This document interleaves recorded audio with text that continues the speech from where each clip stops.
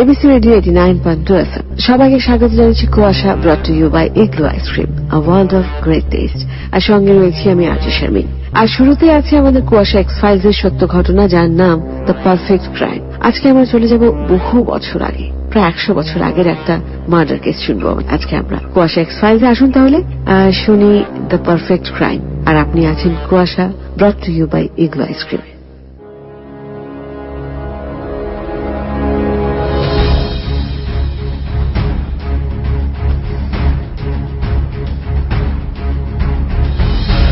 যখন একজন মায়ের কোলে সন্তান আসে, তখন সেই মা নিজেও জানে না তার সন্তানের ভাগ্যে কি লেখা আছে। মা নিজেও জানে না তার সন্তান বড় হয়ে কেমন হবে, ডাক্তার হবে নাকি ইঞ্জিনিয়ার হবে নাকি নামি দামি কোনো শিল্পী হবে। মা বাবা ছোট থেকেই আদর যত্ন করে মানুষ করে তার সন্তানদের। সেই সন্তানকে নিয়ে মা বাবার কিছু আশা আকাঙ্ক্ষা থাকে। কেউ কেউ সে আশা আকাঙ্ক্ষা তার সন্তানদের উপর চাপিয়ে দেয়, আবার কেউ কেউ সন্তানদের মনের ইচ্ছেকে বা স্বপ্নকে বাস্তবায়িত করে। ফ্লোরেন্স লিওপোল্ড আর ন্যাথান লিওপোল্ড এমন এক দম্পতি যাদের মন মানসিকতা খুব উদার ধরনের। বিয়ের কয়েক বছর পরই তাদের কোল জুড়ে একটা ছেলে সন্তান জন্ম নেয়। তার এই ছেলের নাম রাখে ন্যাথান ফ্রিউডেন্থাল লিওপোল্ড জুনিয়র। ছোটবেলা থেকেই দেখতে খুব মিষ্টি ছিল। তার বাবা মা ফ্লোরেন্স লিওপোল্ড আর ন্যাথান লিওপোল্ডও সবসময় তার সাথে বন্ধুর মতো আচরণ করত। ছেলের উপর কখনো কোনো কিছু চাপিয়ে দেয়নি, কখনো কোনো কিছু নিয়ে তাকে শাসন করেনি। অর্থ সম্পদের কোনো কমতি ছিল না তাদের, তাই ছেলের ইচ্ছা অনিচ্ছা নিয়ে কোনো অভিযোগও ছিল না। 1904 সালের 19 নভেম্বর শিকাগোর ইলিয়ন্স শহরে জন্ম নেয় ন্যাথান ফ্রিউডেন্টাল লিওপোল্ড জুনিয়র। মাত্র 4 মাস বয়স থেকেই নাকি সে কথা বলতে শিখেছে। খুব চঞ্চল আর বুদ্ধিমান প্রকৃতির ছিল ন্যাথান। তখনকার সময়ে তার আইকিউ ছিল 210। ইউনিভার্সিটি অফ শিকাগো থেকে তার আন্ডার গ্রাজুয়েট ডিগ্রি কমপ্লিট করে। এরপর তার ইউরোপে একটা লম্বা ট্রিপে যাওয়ার কথা। সেখান থেকে ফিরে এসে হার্ভার্ড ল স্কুলে পড়ার পরিকল্পনা ছিল তার। সে মোট 15টা ভাষা বলতে পারত। অর্নিথোলজিস্ট হিসেবে জাতীয় স্বীকৃতিও পেয়েছিল সে। সব মিলিয়ে বলতে গেলে একজন মেধাবী ছাত্র হিসেবে অনেক নাম ডাক ছিল তার। নিজের মেধা দিয়ে অনেক কিছু অর্জনও করে নিয়েছিল। রিচার্ড অ্যালবার্ট লোবের জন্ম 1905 সালের 11 জুন। শিকাগোর ইলিয়ন্স শহরে জন্ম নেয় সেও। মায়ের নাম অ্যানা হেনরিয়েটা লোব আর বাবার নাম Albert Henry Loeb. Albert Henry Loeb সিএস রোবাক অ্যান্ড কোম্পানির ভাইস প্রেসিডেন্ট ছিলেন। সে সাথে একজন লয়ারও। ন্যাথান ফ্রিউডেন্টাল লিওপোল্ড জুনিয়রের পরিবারের মতো রিচার্ড অ্যালবার্ট লোবের পরিবারও ছিল ধনী পরিবারের মধ্যে একটি। রিচার্ড অ্যালবার্ট লোবের বুদ্ধিমত্তাও ছিল অনেক। সে তার মেধা দিয়ে খুব কম বয়সে অনেক উপরের ক্লাসে পড়া শুরু করে। ইউনিভার্সিটি অফ মিশিগানের মধ্যে রিচার্ডই সবচেয়ে কম বয়সে গ্র্যাজুয়েশন কমপ্লিট করে। গ্র্যাজুয়েট করার সময় তার বয়স ছিল মাত্র 17 বছর। ব্যক্তিগতভাবে খুব অ্যাক্টিভ ছিল রিচার্ড। সে সময় পেলে বিভিন্ন রকমের ডিটেকটিভ নভেল পড়ত, বন্ধুদের সাথে টেনিস খেলত সবসময়, আর আশেপাশের মানুষদের সাথে মিশতে খুব পছন্দ করত। সবার প্রতি তার আচরণ ছিল বন্ধুত্ব সুলভ। ক্যালেন্ডারের পাতা উল্টিয়ে এবার চলে যাচ্ছি 1924 সালে। ববি ফ্র্যাঙ্কস, তার বয়স মাত্র 14 বছর। 21 মে 1924 সাল ববি ফ্র্যাঙ্কসের নিখোঁজ সংবাদ আসে পুলিশের কাছে। ঠিক তার পরদিন অর্থাৎ 22 মে সকালবেলায় ববি ফ্র্যাঙ্কসের লাশ খুঁজে পাওয়া যায়। ববি ফ্র্যাঙ্কসের বাবা মায়ের কাছে একটা চিঠি পাঠিয়েছিল তার অপহরণকারীরা। মোটা অঙ্কের টাকা চেয়েছিল তারা, কিন্তু ববি ফ্র্যাঙ্কসের বাবা মাকে সেই টাকা দেওয়ার সময় দেয়নি তারা। তার আগেই ববি ফ্র্যাঙ্কসকে মেরে ফেলে। পুলিশ যখন ববি ফ্র্যাঙ্কসের মৃতদেহ খুঁজে পায়, তখন সেটার অবস্থা ছিল ভয়াবহ। কেউ একটা 14 বছরের ছেলেকে বা একটা মানুষকে এভাবে খুন করতে পারে, এটা তাদের কল্পনার অতীত। কিন্তু খুব কষ্ট করে হলেও মেনে নিতে হয়েছিল এই বাস্তবতাকে। পুলিশ ফোর্স একটা নির্জন কালভার্টে খুঁজে পায় ববি ফ্র্যাঙ্কসের মৃতদেহ। জামা কাপড় ছাড়া নগ্ন একটা দেহ উল্টো হয়ে পড়েছিল মাটিতে। মৃতদেহ ঘুরিয়ে দেখতেই তারা দেখতে পায় পুরো মুখ অ্যাসিডে ঝলসে গেছে, যাতে তার চেহারা কেউ চিনতে না পারে। তাই তার অপহরণকারীরা বা খুনি মুখে অ্যাসিড ঢেলে দিয়েছিল। মৃতদেহটি দেখার পর যে কারোর গা শিউরে উঠবে। চেহারা দেখে চেনার কোনো উপায় ছিল না যে মৃতদেহটি কার। একমাত্র ববি ফ্র্যাঙ্কসের মা বাবাই তাদের ছেলেকে দেখে চিনতে পারে। পত্রিকা ছবি ছাপানোর পর পুরো শহর শিউরে ওঠে। সবার বিবেকে প্রশ্ন জাগে, এত নির্মম ভাবে কেউ খুন করতে পারে? আর কি বা ছিল এই খুনের কারণ? ববি ফ্র্যাঙ্কসের তো কারোর সাথে কোনো শত্রুতা ছিল না। সে তো কখনো কারো কোনো ক্ষতি করেনি। ববি ফ্র্যাঙ্কসের মৃতদেহ খুঁজে পাওয়া আর তার পরিচয় জানার পর থেকেই পুলিশ তাদের কাজে নেমে যায়। হন্যে হয়ে খুঁজতে থাকে এই পিশাচরূপী খুনিকে। ৪৫ বছর বয়সী রবার্ট ক্রো। জন্মসূত্রে সে একজন আইরিশ ছিলেন। কয়েক মাস আগেই তাকে নির্বাচিত করা হয় শিকাগোর ক্রাইম ডিটেকটিভ হিসেবে। এই শহরের সব অপরাধের সমাধান করাই ছিল তার দায়িত্ব। ববি ফ্র্যাঙ্কসের মৃতদেহ খুঁজে পাওয়ার পর এই কেসের ইনভেস্টিগেট করার দায়িত্ব তার কাছে চলে আসে। আর এরকম একটা কেস সলভ করতে পারলে এটা তার ক্যারিয়ার গড়ার জন্য অনেক বড় একটা সুযোগ হয়ে দাঁড়াবে। রবার্ট ক্রোর অনেক হাই অ্যাম্বিশন ছিল। এছাড়াও সে তার কাজের প্রতি ছিল অনেক নিষ্ঠাবান। রবার্ট ক্রো ববি ফ্র্যাঙ্কসের মার্ডার কেসের ব্যাপারে পুলিশের কাছ থেকে খুব অল্প ক্লু বা এভিডেন্স পায়। একটা এভিডেন্স ছিল ববি ফ্র্যাঙ্কসের বাবা মায়ের কাছে অপহরণকারীদের সেই চিঠিটা। আরেকটা হচ্ছে ববি ফ্র্যাঙ্কসের মৃতদেহ খুঁজে পাওয়া যায় তার থেকে কিছুটা দূরে একটা চশমা, আর তা খুঁজে পায় পুলিশ। এই দুইটা এভিডেন্স নিয়েই এখন কাজ করতে হবে রবার্ট ক্রোকে। প্রথমে সবাই ভেবেছিল সে চশমাটা ববি ফ্র্যাঙ্কসের, কিন্তু তার মা বাবা এসে জানায় যে এটা তাদের ছেলে চশমা না। তখন পুলিশের সন্দেহ হয় যে এটা সেই খুনির চশমা হতে পারে। এই দুইটা এভিডেন্সই চলে আসে রবার্ট ক্রোর হাতে। সে চশমাটা দেখে খেয়াল করলো যে একটা সাধারণ চশমার মতো না, এই চশমায় একটা সান প্রোটেক্টর লাগানো আছে, যেটাকে দিনের বেলা সানগ্লাস হিসেবে ব্যবহার করা যায়। রবার্ট ক্রো এই চশমাটার ব্যাপারে খোঁজ করতে শুরু করে, কারণ সেই সময় এরকম চশমা সচরাচর কেউ পরত না। রবার্ট ক্রোর ধারণাই ঠিক। শিকাগো শহরে এরকম চশমা মাত্র 3টা বিক্রি হয়েছিল। যে 3 জনে চশমাটা কিনেছিলেন তাদের সম্পর্কে খোঁজ নেয় সে। খোঁজ নিয়ে জানতে পারে সে 3 জনের একজন প্রায় 1 মাস ধরে শহরের বাইরে ঘুরতে গেছে। আরেকজন বৃদ্ধ মহিলা, যার খুন বা অপহরণ করার মতো কোনো ইচ্ছা বা শক্তি কোনোটাই নেই। আর বাকি থাকে একজন, আর সেই একজন হচ্ছে 19 বছর বয়সী ন্যাথান ফ্রিউডেন্থেল লিওপোল্ড। রবার্ট ক্রো ন্যাথান ফ্রিউডেন্থেল লিওপোল্ডের ব্যাপারে খোঁজ খবর নেয়। সব মিলিয়ে অনেক মেধাবী আর ভালো পরিবারের সন্তান মনে হয় তাকে।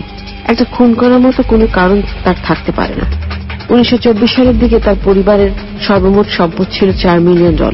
তার বাবা মায়ের একমাত্র সন্তান হয়ে একটা ছেলেকে অপহরণ করে তার বাবা মায়ের কাছ থেকে টাকা চাওয়ার কোনো প্রশ্নই আসে না।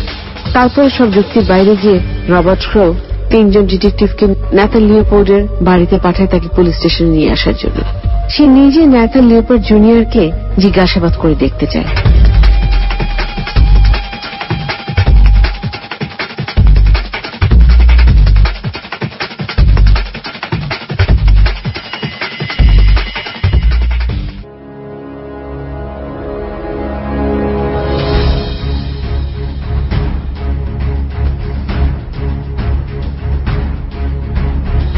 ন্যাথান লিওপোল্ড জুনিয়র কোনো ঝামেলা না করে পুলিশ স্টেশনে আসে। রবার্ট ক্রো সন্ধ্যা থেকে শুরু করে মধ্যরাত পর্যন্ত তাকে জিজ্ঞাসাবাদ করতে থাকে। রবার্ট যখন ন্যাথান লিওপোল্ড জুনিয়রকে তার চশমার কথা জিজ্ঞেস করে, তখন সে একটা মিথ্যা গল্প বানিয়ে বলতে শুরু করে।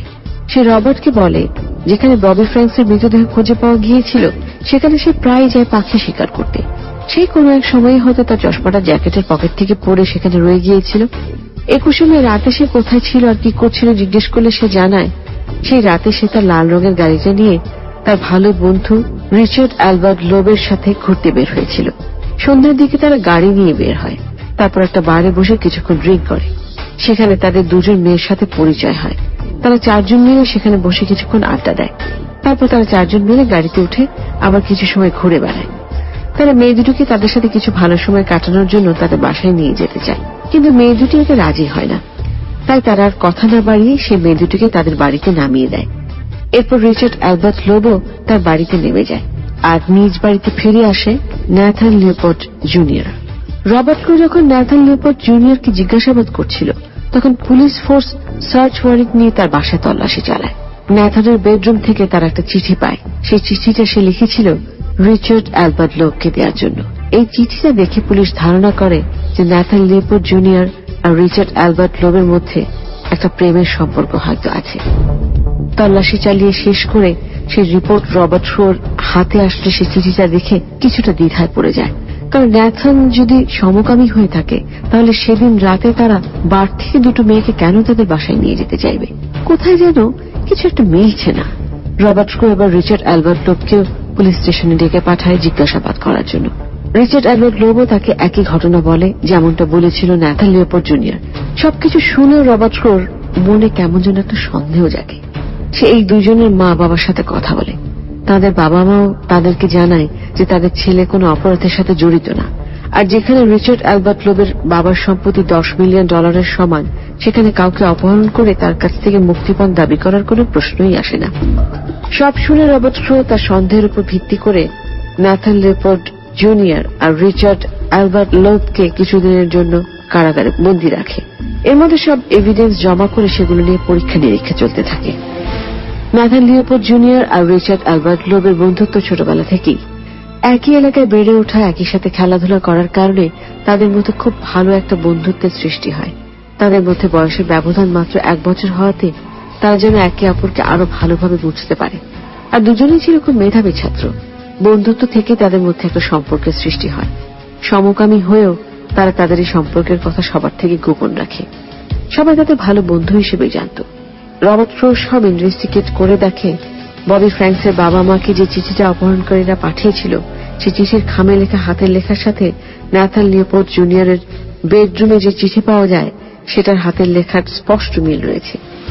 অন্যদিকে ববি ফ্র্যাঙ্কসের মা বাবাকে পাঠানোর চিঠিটা যে টাইপরাইটার দিয়ে লেখা হয়েছিল সেটা ন্যাথান লিওপোল্ড জুনিয়রের বাড়ি থেকে উদ্ধার করা হয়েছে। এই তথ্য জানার কিছুক্ষণের মধ্যেই রবার্ট ক্রোর কাছে ন্যাথান লিওপোল্ড জুনিয়রের ড্রাইভার আসে। তাকে ন্যাথান লিওপোল্ড জুনিয়রের বাবা পাঠিয়েছে ছেলেকে নির্দোষ প্রমাণ করার জন্য একটা তথ্য জানাতে। ড্রাইভার জানে যে রাতে ববি ফ্র্যাঙ্কস খুন হয়েছিল সেই রাতে ন্যাথানের গাড়ি ওয়ার্কশপে ছিল। তার কিছুদিন আগে তার গাড়ির অ্যাক্সিডেন্ট হওয়ায় সেটা ঠিক করতে 1 সপ্তাহ ধরে গাড়ি ওয়ার্কশপেই পড়েছিল। ন্যাথানের বাবা ভেবেছিল এই তথ্য জানলে পুলিশ আর ঝামেলা করবে না, কারণ যেখানে তার ছেলের গাড়ি ছিল না সেখানে তার ছেলে কিভাবে আর একটা ছেলেকে অপহরণ করবে। কিন্তু ঘটনা উল্টো। জিজ্ঞাসাবাদে ন্যাথান বলেছিল সে রাতে সে আর তার বন্ধু গাড়ি নিয়ে ঘুরতে বের হয়েছিল। এখন এটা প্রমাণ হলো যে ন্যাথান আর তার বন্ধুর কথা পুরোপুরি মিথ্যা। ববি ফ্র্যাঙ্কসের খুনের পেছনে আসলে কে দায়ী এটা বুঝতে আর বাকি থাকলো না। রবার্ট ক্রো ন্যাথান লিওপোল্ড জুনিয়র আর রিচার্ড অ্যালবার্ট লোবকে দুটি আলাদা কারাগারে বন্দী রেখেছিল। রবার্ট ক্রো প্রথমে রিচার্ড অ্যালবার্ট লোবকে জিজ্ঞেস করে, তাকে সব প্রমাণ দেখিয়ে বলে এখন আর মিথ্যা বলে লাভ নেই। রিচার্ড বুঝতে পারে যে সত্যিটা সবার সামনে এসে পড়েছে, তাই সে রবার্টকে খুনের ঘটনা সব খুলে বলে। তারা দুজন কয়েক মাস আগে থেকেই পরিকল্পনা করে আসছিল। অপহরণ করা বা টাকা চাওয়া কোনোটাই তাদের আসল উদ্দেশ্য ছিল না। তাদের আসল উদ্দেশ্য ছিল খুন। তারা দুইজন মিলে অনেক আগে থেকে একটা পারফেক্ট ক্রাইম করতে চাচ্ছিল, এমন একটা খুন যেটা দেখে শহরের সবাই শিউরে উঠবে। সে আরো জানায় যে এই পুরো কাজে সে শুধু ন্যাথানকে সাহায্য করেছিল, পরিকল্পনায় তার কোনো হাত ছিল না। অন্যদিকে ন্যাথানও সবকিছু স্বীকার করে, কিন্তু ন্যাথান জানায় যে সে নাকি রিচার্ডকে সাহায্য করেছিল, পরিকল্পনায় তার কোনো হাত ছিল না। দুজনেই দুজনকে দোষ দিতে শুরু করে। ঘটনার বর্ণনায় তারা বলে তারা ছদ্মনাম দিয়ে একটা গাড়ি ভাড়া করে অপহরণ করার জন্য। এরপর তারা ভিকটিমের পরিবারকে পাঠানোর জন্য সেই চিঠিটা টাইপ করে। তবে ভিকটিম কি হবে এটা তারা আগে থেকে ঠিক করে রাখেনি। 21শে মে বিকেলবেলা তারা ভাড়া করা গাড়ি নিয়ে রাস্তায় ঘুরে বেড়াচ্ছিল, খুঁজে বেড়াচ্ছিল তাদের ভিকটিমকে। হঠাৎ তারা রাস্তার পাশে ববি ফ্র্যাঙ্কসকে দেখতে পায়। ববি সম্পর্কে রিচার্ডের কাজিন হয়। ববিকে দেখে ন্যাথান গাড়ি থামায়। যেহেতু সে রিচার্ডের কাজিন, সেহেতু তাকে তাদের গাড়িতে উঠাতে কোনো ঝামেলা হওয়ার কথা না। যেই ভাবনা সেই কাজ। রিচার্ডকে দেখে ববি কোনো প্রশ্ন না করে তার কথা মতো গাড়িতে উঠে যায়। এরপরে শুরু হয় তাকে খুন করার পদক্ষেপ। গাড়ি একটু দূরে একটা নির্জন জায়গায় নিয়ে প্রথমে ববির মাথায় রড দিয়ে আঘাত করে রিচার্ড, তারপর তার গলা টিপে শ্বাসরোধ করে তাকে হত্যা করে সে। তারপর তারা মিশিগান লেকের পাশে চলে যায়। সেখানে গিয়ে মাটিতে ফেলে তার মুখে অ্যাসিড ঢেলে দেয়। তার গায়ের কাপড়ও খুলে রেখে দেয় যাতে কেউ চিনতে না পারে। সব শেষে ববিকে লেকের পানিতে ফেলে দেয়। কোর্টে ববি ফ্র্যাঙ্কসকে হত্যা করার কারণ জানতে চাইলে তারা বলে তাদের জীবনে তারা যা চেয়েছে সবই পেয়েছে। এর ফলে জীবনটা তাদের কাছে একঘেয়েমি লাগতে শুরু করেছিল, তাই একটু থ্রিল পাওয়ার জন্য একটা পারফেক্ট ক্রাইম করতে চেয়েছিল। সবচেয়ে অদ্ভুত ব্যাপার হচ্ছে এই খুনের জন্য তাদের দুইজনের কারো মধ্যে কোনো অনুশোচনা ছিল না। কোর্ট তাদের দুজনকে যাবজ্জীবন কারাদণ্ড দেয়। রিচার্ড অ্যালবার্ট লোবকে জোলিয়েট প্রিজনে কারাবন্দী করে রাখা হয়। 1936 সালের 28শে জানুয়ারি রিচার্ড অ্যালবার্ট লোব কারাগারের বাথরুমে তার সাথে থাকা কারাবন্দী জেমস ডের সাথে মারামারি বাঁধিয়ে দেয়। তখন জেমস রেগে গিয়ে ব্লেড দিয়ে তার গলা কেটে তাকে হত্যা করে। অন্যদিকে ন্যাথান লিওপোল্ড জুনিয়রকে রাখা হয়েছিল স্টেটভিল পেনিটেন্টিয়ারি প্রিজনে। সেখানে সে খুব আদর্শ কারাবন্দী হয়ে উঠেছিল। কারাগারের কোনো নিয়ম ভঙ্গ করত না, তাকে যেই কাজ দেয়া হতো সব কাজ সে ঠিক মতো করত। এমনকি সে আস্তে আস্তে কারাগারের হাসপাতালেও স্বেচ্ছাসেবীর কাজ করতে শুরু করে। দীর্ঘ 33 বছর কারাগারে থাকার পর ন্যাথান লিওপার্ড জুনিয়র জামিনে 1958 সালের মার্চ মাসে মুক্তি পায়। কারাগার থেকে বের হয়ে সে লিওপার্ড ফাউন্ডেশন নামে একটা প্রতিষ্ঠান চালু করে, যেখানে mentally disturbed, emotionally imbalanced, retarded আর ডেলিনকুয়েন্ট ইউথদের সেবা বা চিকিৎসা করা হয়ে থাকে। কারাগার থেকে বের হয়ে ন্যাথান লিওপার্ড জুনিয়র বুঝতে পারে যে সে যে কাজটা করেছিল সেটা কত ভয়াবহ ছিল। সেই সময় তার মানসিক অবস্থা ভালো ছিল না, আর সেটাই তাকে সেরকম একটা কাজ করতে বাধ্য করেছিল। এরকম যেন আর কারোর সাথে না হয়, মানসিক অবস্থা ভালো না থাকার কারণে যেন কেউ এমন ভুল কাজ না করে, সেজন্যই সে লিওপার্ড ফাউন্ডেশন প্রতিষ্ঠা করে। 1971 সালের 29 আগস্ট যখন তার বয়স 66 বছর, তখন হার্ট অ্যাটাকের কারণে তার মৃত্যু হয়।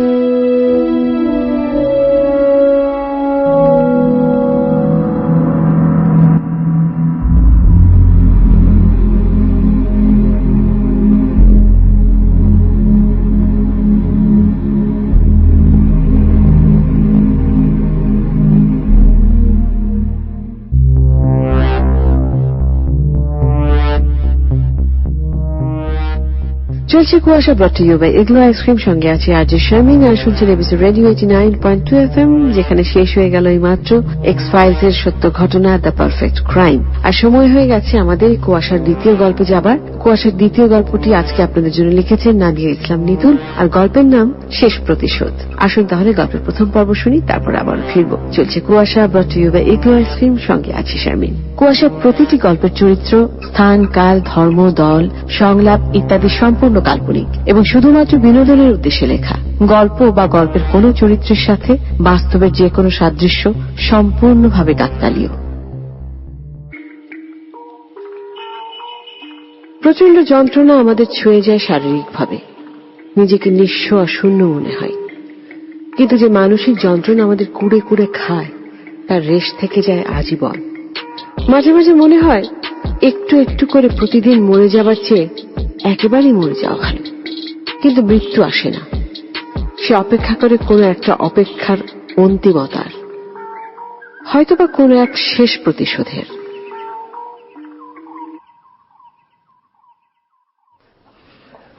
কেমন আছেন আজকে? আছি, মরার মতো বেঁচে আছে বাবা। শেষবার যখন শুই দিলে ভাবলাম এবার মনে হয় ওপারেই চলেই যাব, কিন্তু না, চোখ খুলে দেখি সকাল, আরেকটা দিন, আবার মৃত্যুর অপেক্ষা। লাস্ট কেমোথেরাপিতে খুব কষ্ট হয়েছে আপনার, বুঝতে পারছি। বাবা, এমন কোন ওষুধ নেই যেটা দিলে আমি আর ঘুম থেকে উঠব না? এই হাসপাতালের বেডটা অন্য রোগীকে ভর্তি করে না, একটা মানুষের জায়গা দখল করে রেখেছি। আন্টি, এসব আপনি কি বলছেন? এই অবস্থায় এসে আপনি সার্ভাইভ করছেন, সেটাই অনেক বড় ব্যাপার। আপনি এখন আরাম করেন, আমি একটা ঘুমের ওষুধ দিয়ে দিচ্ছি, ঘুমিয়ে পড়ুন, ভালো লাগবে। ঠিক আছে বাবা।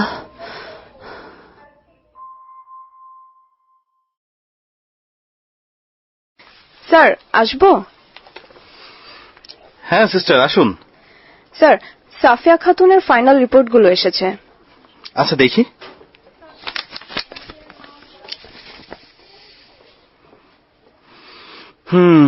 Last stage of cancer, metastasis হয়ে গেছে। লাস্ট কেমোথেরাপি কোনো কাজই করেনি। I think it will not work anymore. কিন্তু স্যার, এই কন্ডিশনে একটা মানুষের বেঁচে থাকা নিয়ার টু ইম্পসিবল। সেটাই, ওনার রেসপিরেটরি সিস্টেম কাজ করছে না ঠিক মতো, renal system is not working, ভীষণ ড্যামেজ, শুধু ব্রেইন কাজ করছে। সিস্টার রূপা, আমি নিজেও বুঝতে পারছি না গত 1 মাস ধরে সে কিভাবে বেঁচে আছে।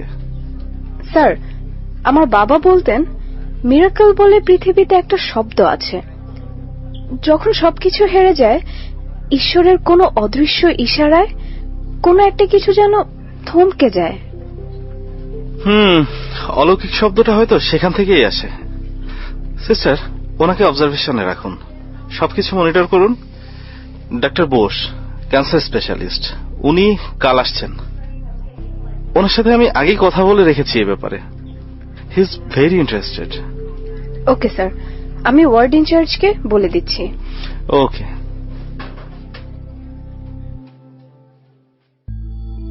সাফিয়া খাতুন, বয়স 50, পরিবার পরিজন বলতে কেউ নেই। একটি চার্চে আয়ার কাজ করতেন। বছর খানেক আগে তার ক্যান্সার ধরা পড়ে। চার্চের ফাদার সহ সবাই তাকে খুব পছন্দ করতেন। ক্যান্সারের কথা জানার পর তাকে মিশনারি ক্যান্সার হসপিটালে ভর্তি করা হয়।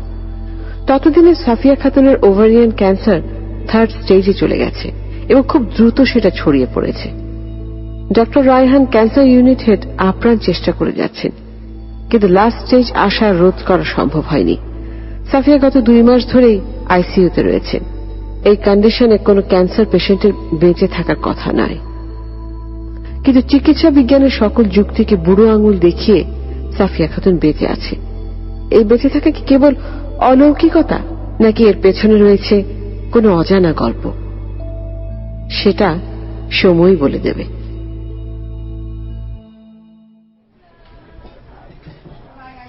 সোহরাব আমার সাথে ব্যবসা শুরু কইরা এখন আমারে টেক্কা দিতে চায়। এত বড় কলিজা সে কোথার থেকে পায়? ও মকবুল, মাথা গরম করো না, খুব বুঝে শুনে চলতে হবে আমাদের। একটু এদিক সেদিক হলে কিন্তু লাশ পড়ে যাবে। লাশ তো ফালামু আমি, এইটা দিয়া ওর ঘিলু উড়াইয়া দিম। আমারে চিনে না, 30 বছর ধইরা এই আন্ডারওয়ার্ল্ড আমার বাপ দাদারা কইরা আইছে, আর সেই দিনের পোলাপান আমার লগে রংবাজি করে, আমারে হুমকি দেয়। ও কি করতে চায়? আমার পুরান পাপের হিসাব নিতে চায়। কিসের পুরান পাপ? আর এই পিচ্চি পোলা হিসাব নেওয়ার কি? আরে আস্তা কুড়ে পইরা আসিল, দয়া কইরা বড় করছি নিজের পোলার লাহান, এখন আমার উপর দিয়া কথা কয়। ও কোথায় এখন? নিশ্চয় কোন ওই পাড়ায়, জন্ম তো ওইখানেই। মকবুল, মাথা ঠান্ডা করো, আজকে আর গেলা লাগবে না, বাসায় চলো। এমনি তোমার কোলেস্ট্রল লেভেল বেশি, ব্লক আছে 3টা, মাথা গরম করলেই তোমার ক্ষতি। হ, ঠিকই কইছো। ঠিক আছে, চলো।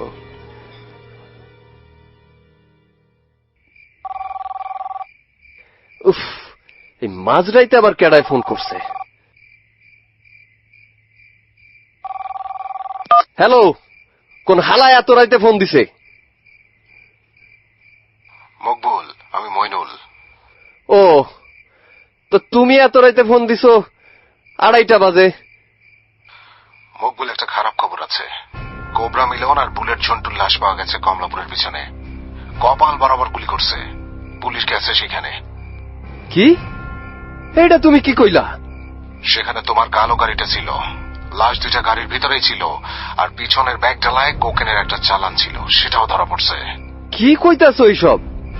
এখন এখন কি হবে?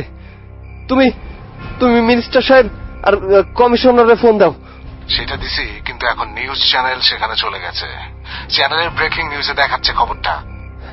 হায় হায়, এখন তাইলে কি করব? তুমি বাসায় থাকো, আমি পরিস্থিতি বুঝে তোমাকে সব জানাচ্ছি। দরকার হলে আজ রাতেই বর্ডার ক্রস করতে হবে। আচ্ছা, ঠিক আছে। আমি তাহলে রাখলাম, তুমি সাবধানে থাকো। সিকিউরিটিকে আমি বলে দিচ্ছি।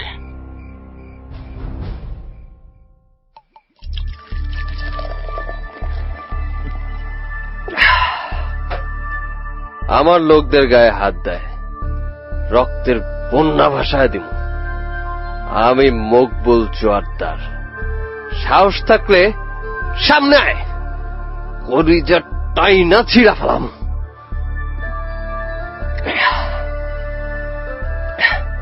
এ কি, কারেন্ট চলে গেল নাকি? সবকিছু অন্ধকার।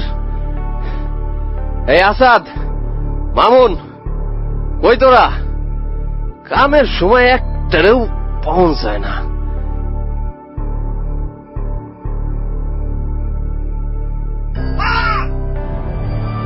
কে কেন রে?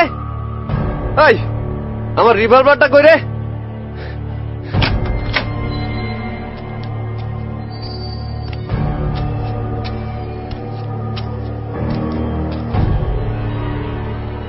মকবুল কাকা, কেমন আছো তুমি? কে? সোহরাব, তুই? আমি। আমার লাশ ফালাইতে কোবরা আর ঝন্টুরে পাঠাইছিলেন, কিন্তু শেষে ওরাই লাশ হয়ে ফিরল। কি কস? তুই আমার কাছে কি চাস? একটা প্রতিশোধ নিতে আসছি কাকা।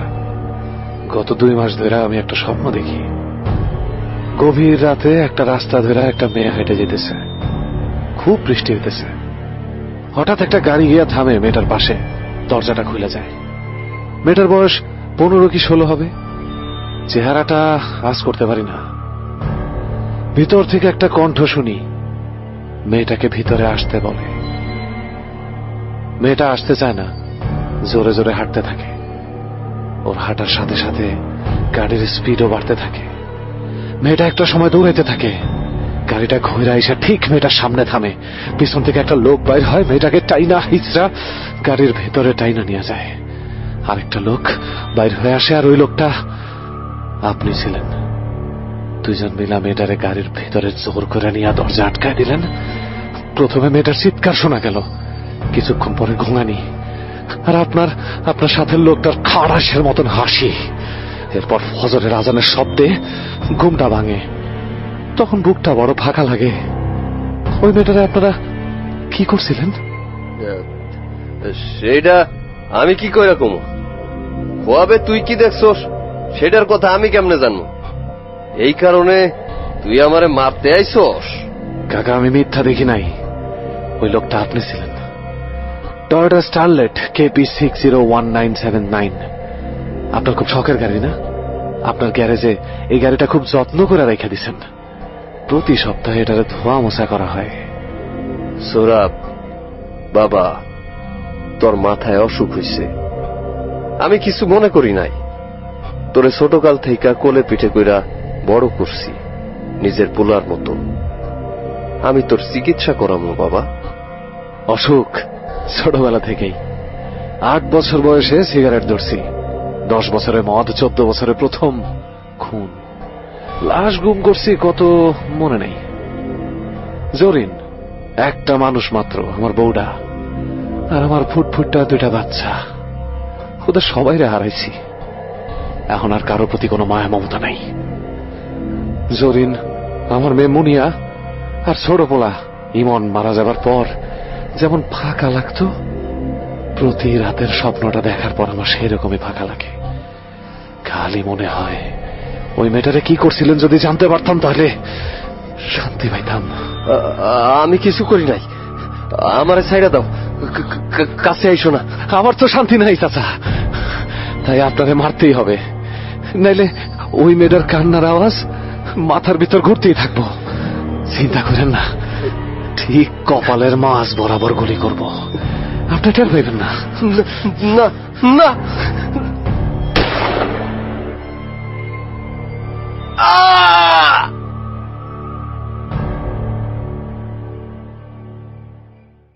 বিশিষ্ট শিল্পপতি মকবুল জোয়ারদার গতকাল রাতে নিজ বাসায় খুন। ধ্যাত, পত্রিকা খুলেই খালি খুন আর খুন, আর খালি মানুষ মারা খবর। ভালোই লাগে না। ধ্যাত। আম্মাজি, কিছু কি বললেন? না না, কিছু না। ওই পত্রিকায় খালি খারাপ খবর থাকে আন্টি। আজকে সকাল থেকে আপনাকে বেশ সুস্থ লাগছে। রায়হান স্যার আসবেন একটু পরে। আমার খুব ভালো লাগছে আপনাকে অনেকদিন পর সুস্থ দেখে। আমাকে কি পত্রিকাটা দেয়া যায় মা? আপনি পড়বেন? আচ্ছা, এই যে এই নিন।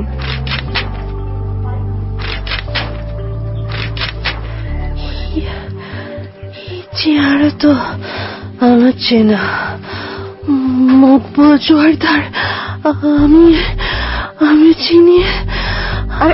আন্টি, আন্টি কি হলো আপনার? ডক্টর রায়হানকে এক্ষুনি ডাকতে হবে। গিয়াস ভাই, এক্ষুনি রায়হান স্যারকে কল করুন।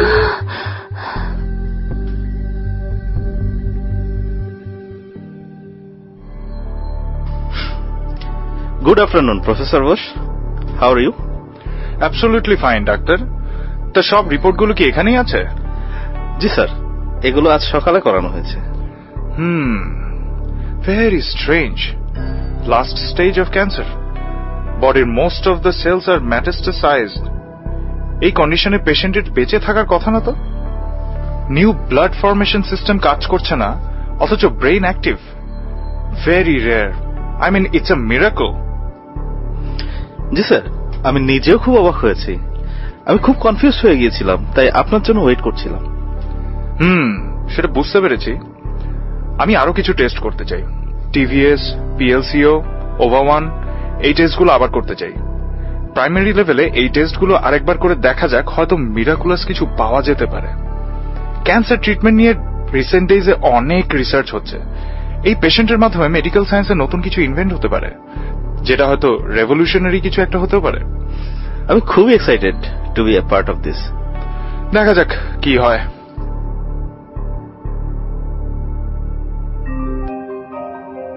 জন্ম মৃত্যু ঈশ্বরের হাতে, এমনটা আমরা জানি। মানুষের অসাধ্য কিছুই নয় বলা হলেও প্রকৃতির গভীরতম রহস্য সে খুব যত্নে আড়াল করে রাখে। কিছু অমীমাংসিত রহস্য আমাদের ঘিরে থাকে বলেই এই বিশ্ব আমাদের কাছে আশ্চর্য সুন্দর। আমাদের ব্যাধিগুলোর কিছু পর্যায় রয়েছে যেখানে চিকিৎসা বিজ্ঞানের কিছুই করার থাকে না। সাফিয়া খাতুনের মৃত্যুর কাছে গিয়েও মৃত্যুর এপারে থেকে যাওয়া কি প্রকৃতির কোনো বিস্ময়, নাকি এর পেছনে রয়েছে অন্য কোনো অজানা গল্প? সোহরাব আর মকবুলের সাথে কি রয়েছে এই গল্পের কোনো যোগসূত্র?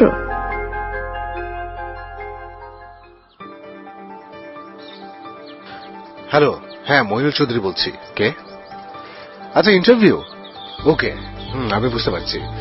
আমি আজ রাতেই চলে যাচ্ছি। আমার খুব জরুরি একটা বিজনেস মিটিং আছে পরশু।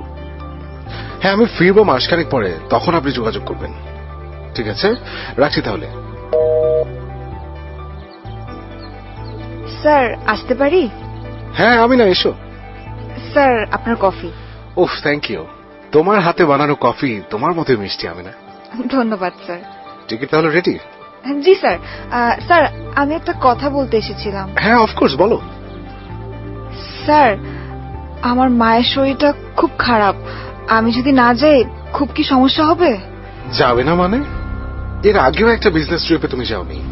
এখানে তোমার চাকরির প্রধান শর্ত ছিল তোমাকে বিজনেস ট্রিপে যেতে হবে। তুমি আজ রাতে আমার সাথে না গেলে you are fired right now. আর তোমার মায়ের চিকিৎসার জন্য বেতনের যে অ্যাডভান্সটা তুমি নিয়েছিলে সেটা কালকেই অ্যাকাউন্টসে ফেরত দিয়ে যাবে। স্যার প্লিজ, আমার সাথে এটা করবেন না। শোনো, আমি না, শুধু সার্টিফিকেট থাকলেই হয় না। শুধু তোমার বেশি নম্বরের সার্টিফিকেট জবটা দেয়নি তোমাকে। আরো অনেক মেয়েরাই তো ছিল, তোমাকে দিয়েছি তার নিশ্চয়ই কারণ রয়েছে, আর সেটা বোঝার মতো বুদ্ধিমত্তা তোমার অবশ্যই আছে। আমি না। স্যার, আমি কেঁদো না। সুন্দর মেয়েরা কাঁদলে আমার বুকে বড় কষ্ট হয়। কিছুই চাই না তোমার কাছে, শুধু একটু সঙ্গ দেবে আমাকে। মাত্র 3টা রাত, আমি না। এই ট্রিপ থেকে ফিরলেই তোমার একটা হিউজ ইনক্রিমেন্ট হবে। আর ধানমন্ডির একটা ফ্ল্যাট তোমার আর তোমার মায়ের থাকার জন্য আমি দিয়ে দিচ্ছি।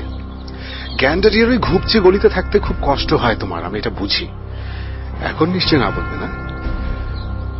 ফ্লাইট রাত 11টায়, আমি 9টায় তোমাকে পিক করবো বাসা থেকে। আর এই গিফটটা তোমার জন্য। এটা কি স্যার? খুললেই বুঝতে পারবে তুমি। রাতে আসছি তাহলে, তুমি রেডি থেকো।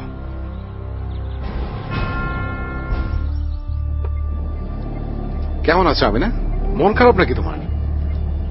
জি না স্যার, আপনার হাতটা যদি সরিয়ে রাখতেন।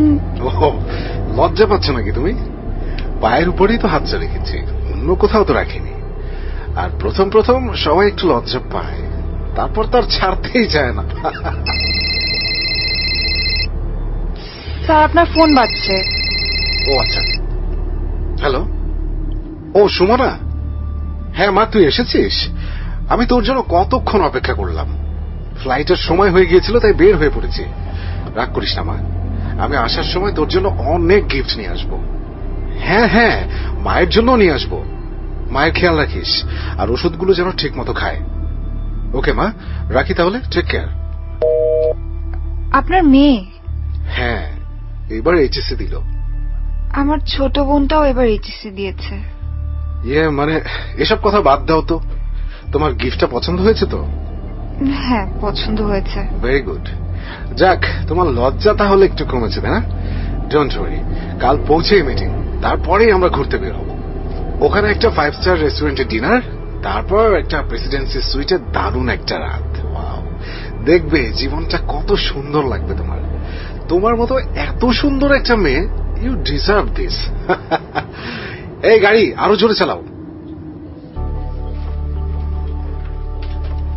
মা, তোমার নামটা যেন কি? জি, আমার নাম রূপা।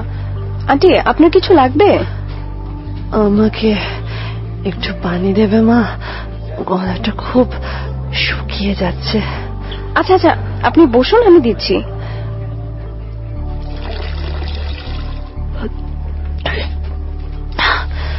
এখন ভালো লাগছে? হ্যাঁ, জানো মা, আমার না একটা মেয়ে ছিল, ও আজকে থাকলে তোমার মতোই বয়স হতো। ও, কি নাম ছিল ওর? জানি না, পরীর মতো ফুটফুটে একটা মেয়ে ছিল, কিন্তু ওকে হারিয়ে ফেলেছি মা। থাক আন্টি, আপনি কাঁদবেন না প্লিজ, আপনার শরীর আরো খারাপ করবে।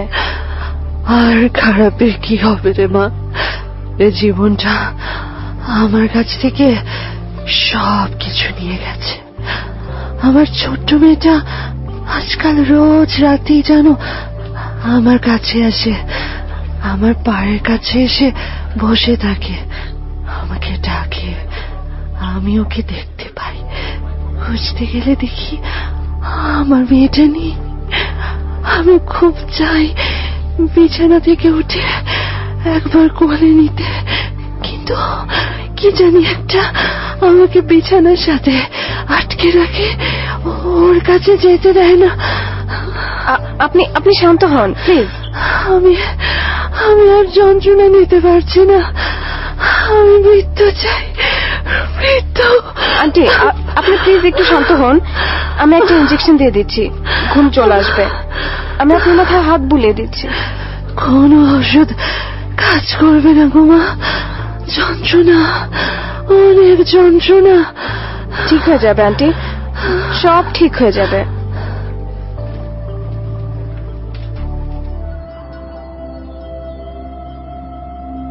কে বলে পাগল, সে যেন কোথায় রয়েছ কত দূরে। আমি না তোমার এই আমিনা নামটা কেমন যেন শিখে গেলে, বুঝতে পেরেছ? আমি তোমাকে মিনা বলে ডাকবো। হলো তোমার রেডি হতে এতক্ষণ? উফ, ছোট ছোট দুটো জামা, টকটকে লাল। ওয়াও, তোমাকে কিন্তু সুন্দর লাগবে। যেদিন তুমি ইন্টারভিউ দিতে আসলে তখনই ভাবছিলাম, উফ, এই পোশাকটায় তোমার কেমন লাগতে পারে। আমার imagination is so powerful, you know. Come my lady, the bottle of champagne is waiting for you. আমার আর একটু সময় লাগবে। উফ, আর কত সময়? আধ ঘন্টা তো হয়ে গেল। লজ্জা পেও না সুন্দরী, এসো, বিলিয়ে দাও তোমাকে আমার কাছে। এই তো এসে পড়েছ। আরে এ কি, চাদর জড়িয়ে রেখেছো কেন? খুলে ফেলো। এসো এসো, আরো কাছে এসো। প্রথমে শ্যাম্পেন, পরে বাকি কথা। বাহ, ভেরি স্মার্ট। দাও, আমাকে নিজ হাতে খাইয়ে দাও তুমি। অবশ্যই দিব, তার আগে আপনি যে গানটা করছিলেন সেটা আরেকবার আমাকে শোনান। আমার গান? তোমার জন্য অন্য একটা গান হবে। পড়ে না চোখের পলক, কি তোমার রূপের ঝলক, দোহাই লাগে মুক্তি তোমার, একটু আঁচলে ঢাকো, আমি জ্ঞান হারাবো। আজকের স্যাম্পলটা একটু অন্যরকম, তুমি বানিয়েছো বলে আরো ভালো লাগছে জিনিসটা। এই, তুমি এটা খুলে ফেলো না মিনা, প্লিজ। আমি তোমার মাঝে হারিয়ে যেতে চাই মিনা। অবশ্যই হারাবি, চিরতরে হারিয়ে যাবে এই পৃথিবী থেকে। মানে কি বলতে চাও তুমি? আমার মাথা ঘোরাচ্ছে কেন? সবকিছু ঘোলা লাগছে কেন আমার? তুমি কি মিশিয়েছো এর মধ্যে? স্যালভিয়া ডিভিনোরাম, দারুণ একটা ড্রাগ। এটা খেলে মনে হয় এই রুমটা একটা পাহাড়ের চূড়া আর ওই জানালার ধারে একটা ঝর্ণা, সেখান থেকে আপনি লাফিয়ে নিচে পড়বেন। আমরা আছি 31 তলায়। এখান থেকে যদি আপনি লাফিয়ে পড়েন, নিচে পড়ে আপনার নোংরা কুৎসিত দেহটা থেতলে যাবে। রাস্তায় হাই স্পিড গাড়িগুলো আপনার দেহটাকে ক্ষত বিক্ষত করে ফেলবে, যেমনটা আপনি করেছিলেন সেই মেয়েটার দেহ আর মনকে প্রতি রাতে। তুমি তুমি কার কথা বলছো? আজ থেকে 25 বছর আগে আপনার বাসায় আশ্রিত সেই মেয়েটা, আপনার অসুস্থ মাকে সেবা করবার জন্য যাকে রাখা হয়েছিল। একদিন রাতে মাতাল হয়ে মেয়েটার সাথে যা তা করেছিলেন। ওর কিছু ছবি তুলে রেখে তাকে ভয় দেখিয়ে প্রতি রাতে এসব করতেন। একদিন মেয়েটা ভাবল সে আত্মহত্যা করবে, কিন্তু সেদিন সে জানতে পারে তার ভেতরে গড়ে উঠেছে আরেকটি সত্তা। ছোট্ট সেই প্রাণটাকে সে মেরে ফেলতে পারে না। সে আপনাকে যখন বলে, আপনি তাকে টাকা দিয়ে বাচ্চাটাকে মেরে ফেলতে বলেন, কিন্তু সে আপনার কথা না শুনে চলে যায়। তাকে অন্তঃসত্ত্বা অবস্থায় আপনি গাড়ি চাপা দিয়ে মেরে ফেলতে চেয়েছিলেন, কিন্তু সে মরেনি, বেঁচে যায়। তার ফুটফুটে একটা মেয়ে হয়, কিন্তু সে বাচ্চাটি চুরি হয়ে যায়। সে পাগলের মতো খুঁজতে থাকে, কিন্তু পায় না। তুমি এসব কি করে জানো? তুমি তুমি কে? আমি জানি, আমি সব জানি। গত 2 মাস ধরে আমি কিভাবে যেন অজানা অনেক কিছুই জেনে গেছি। আপনার পশুর মতো চেহারা আর সেই মেয়েটার আত্মচিৎকার আমাকে প্রতি রাতে ঘুমোতে দেয় না। আপনাকে যে খুঁজে পেলাম সেটা কাকতালীয় নাকি নির্ধারিত আমি জানি না। এমনকি আমি এটাও জানি যে আপনি নিজের স্ত্রীর সব সম্পত্তি পাবার জন্য তাকে ঔষধ খাইয়ে পাগল করে রেখেছেন। আপনার মেয়ের বয়সী মেয়েদের ব্ল্যাকমেইল করে বাইরে নিয়ে যান, ওদের জীবন নষ্ট করে তারপর চিরতরে শেষ করে দেন। আমার আগে অফিসে আরো 4টা মেয়ের সাথে আপনি একই কাজ করেছেন। না, আমাকে ক্ষমা করে দাও মীরা। আমি তোমার সাথে কিচ্ছু করবো না। আমাকে যেতে দাও তুমি।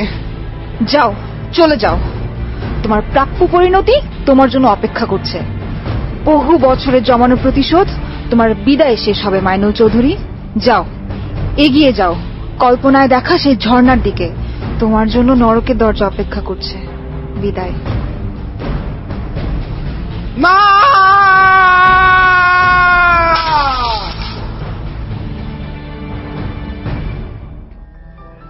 রূপা, নিউজ পেপারটা পড়েছো? জি স্যার, টিভির নিচে স্ক্রলেও দেখাচ্ছে ব্যাংককে 31 তলা টপ ফ্লোর থেকে পড়ে শিল্পপতি মইনুল চৌধুরী মারা গেছেন। ওনার বন্ধু মকবুল জোয়ারদার আমার পেশেন্ট ছিলেন। ওনার সাথে গত মাসে এসেছিলেন আমার চেম্বারে। ভদ্রলোককে দেখে তো মনে হয় না উনি আত্মহত্যা করতে পারেন। মকবুল সাহেব 3 দিন আগে মারা গেছেন, মানে ওনাকে গুলি করে ওনার বাসায় মেরে ফেলা হয়েছে। তুমি তো ভালোই খবর রাখো। হ্যাঁ স্যার, পত্রিকা পড়তে ভালো লাগে। ছোটবেলায় বাবার ছাপাখানা ছিল তো, সেই কারণে হয়তো পড়ার অভ্যাসটা রয়ে গেছে। আর স্যার, যেদিন মকবুল সাহেবের মার্ডারের খবরটা পেপারে আসলো, সেই নিউজটা সাফিয়া খাতুনের সামনে পড়ছিলাম। ওনার নাম শুনে কেন যেন উনি অসুস্থ হয়ে গেল। বলছিলেন এই ভদ্রলোককে উনি চেনেন। Very strange. ওনার তো আত্মীয় স্বজন বলতে কেউ নাই। চার্চের ফাদার ছাড়া আর কেউ ওনাকে দেখতেও আসে না। আমি একটু পরেই প্রফেসর বোসকে নিয়ে ওনাকে ভিজিট করতে যাব। ওকে স্যার, আমি নতুন রিপোর্টগুলো কেবিনে নিয়ে যাচ্ছি। ঠিক আছে।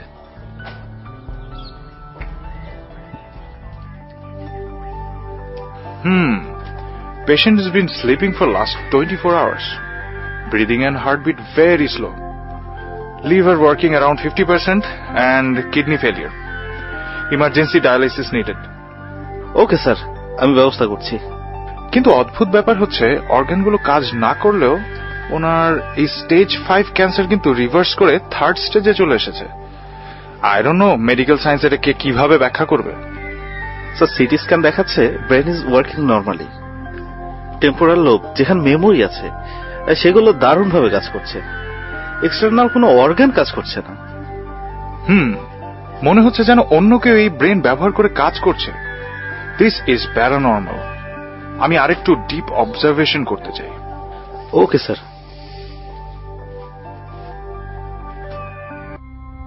মানুষের মস্তিষ্ক দেহের সবচেয়ে রহস্যময় অংশ। এটা কিভাবে কাজ করে তা শতভাগ আজও বিজ্ঞান জানতে পারেনি। কোন একটা বিষয় নিয়ে মানুষ যদি খুব বেশি ভাবে, তার একটি কাল্পনিক চিত্র তৈরি করে আমাদের মস্তিষ্ক। ঘটনাটা দেখে এতটা সত্যি মনে হয় যে কোনটা বাস্তব আর কোনটা কল্পনা আমরা দ্বিধায় পড়ে যাই। মাঝে মাঝে মস্তিষ্ক আমাদের সামনে এমন কিছু চরিত্র এনে দাঁড় করায় বাস্তবে যার কোনো অস্তিত্বই নেই। মস্তিষ্কের এই ব্যাখ্যাতীত আচরণ বিজ্ঞানের কাছে বিয়ন্ড এক্সপ্লেনেশন। একজন মানুষের মস্তিষ্ক কি অন্য কোনো মানুষের চিন্তা বা তার কাজকে নিজের ইচ্ছায় প্রভাবিত করতে পারে? জানা অজানার মাঝে এই দ্বিধা সময়ের আবহে আমাদের আবৃত করে রহস্য ঘেরা জগতে।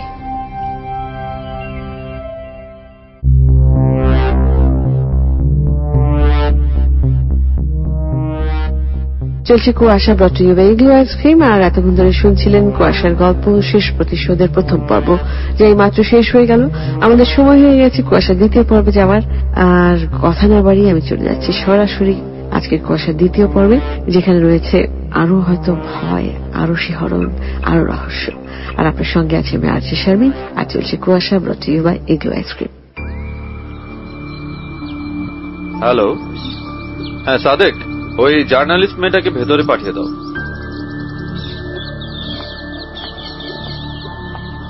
আসতে পারি স্যার? হ্যাঁ হ্যাঁ আসো। তুমি তাহলে সাংবাদিক? আমি লাইফস্টাইল টুডে মান্থলি ম্যাগাজিন থেকে এসেছি। এবারে ঈদ সংখ্যায় আপনাকে নিয়ে একটা স্পেশাল ফিচার করব। কিন্তু শাহেদ নামে একজনের আসবার কথা ছিল। সিনিয়র একজন এর আগেও আমার ইন্টারভিউ নিয়েছে।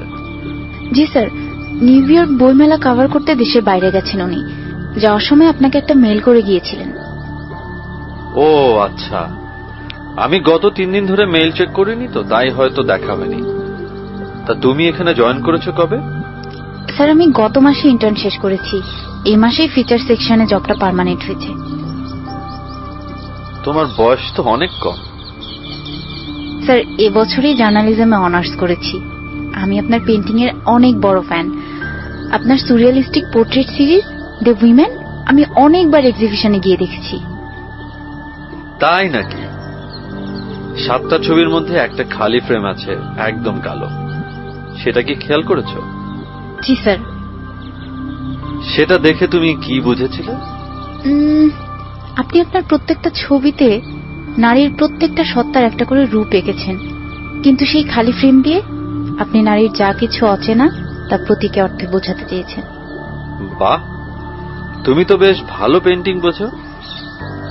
তোমার ব্যাখ্যা বেশ খানিকটা ঠিক, কিন্তু সে কালো ফ্রেমটা আজও খালি, কারণ আমি বহু বছর ধরে একজনকে খুঁজছি। কাকে খুঁজছেন? মনে হয় পেয়ে গিয়েছি। মানে? আমার সেই পোর্ট্রেট সিরিজে একটা ছবির চেহারার সাথে তোমার কোথায় যেন একটা মিল আছে। মনে হয় ওর সৌন্দর্য যেখানে গিয়ে শুরু হয়েছে, তোমার কাছে গিয়ে শেষ হয়েছে। আচ্ছা স্যার, আমি কি ইন্টারভিউটা শুরু করতে পারি? অফকোর্স। তুমি কি চা নেবে না কফি? কফি। Excellent choice. আমার কাছে অরিজিনাল ব্রাজিলিয়ান কফি আছে, একদম ফ্রেশ। Thank you. আমি কফিটা আমার স্টুডিওতে দিতে বলি। আমার একজন ভক্ত আর সেই সাথে একজন সুন্দরী মেয়ে আমার ইন্টারভিউ নিতে এসেছে। তাকে আমার সবচেয়ে প্রিয় জায়গায় নিয়ে যেতেই পারি।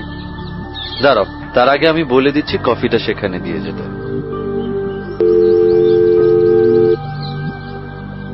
হ্যাঁ সাদেক, নতুন কফি জার থেকে 2টো স্পেশাল কফি আর সাথে ব্রাউনি দিও।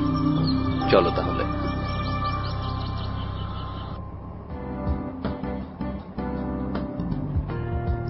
বাহ, কি সুন্দর আপনার স্টুডিও রুম।